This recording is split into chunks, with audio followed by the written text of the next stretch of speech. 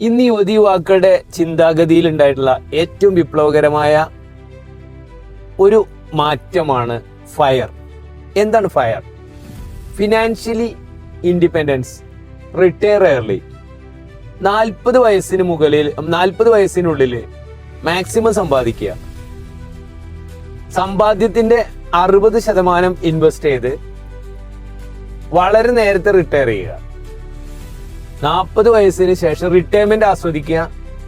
ആസ്വദിക്കുന്ന സമയത്ത് മുമ്പ് സ്വരൂപിച്ച ഫണ്ട്, ആ ഇൻവെസ്റ്റ്മെന്റിൽ നിന്ന് മാക്സിമം റിട്ടേൺ കിട്ടുകയും അതുകൊണ്ട് അടിച്ചു പൊളിച്ച് ജീവിക്കുകയും ചെയ്യാം. വളരെ വിപ്ലവകരമായ ഒരു തോട്ടാണ് ഇന്ന് യങ്സ്റ്റേഴ്സിനിടയിൽ ഉണ്ടായിട്ടുള്ള ഫയർ എന്ന ചിന്താഗതി.